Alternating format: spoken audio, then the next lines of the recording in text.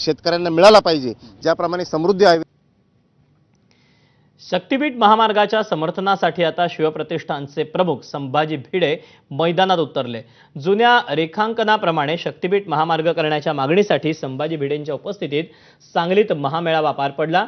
पूर्वीच्या रेखांकनाप्रमाणे शक्तीपीठ महामार्ग करण्याच्या मागणीसाठी सरकारकडे पाठपुरावा करण्याचा निर्धार या मेळाव्यातून करण्यात आला। या मागणीसाठी सरकारने शेतकऱ्यांचं मतदान घ्यावं अशी मागणीही भिडेंनी केली। त्यांच्या कल्याणासाठी शक्तीपीठ मार्ग व्हावा असं शासनाला वाटत होतं आणि त्यांनी त्या शक्तीपीठ मार्ग त्याचं रेखांकन केलं। त्याला लोकांच्यातनं विरोध झाला। विरोध झाल्यानंतर शासनाने तो मार्ग बदलला। त्यालाही लोकांचा विरोध घ्यायला। आता लोकांचं म्हणणं असं आहे की बदल नको, पहिलं होतं तसंच करा। बातम्यांसोबत बुलेटिनमध्ये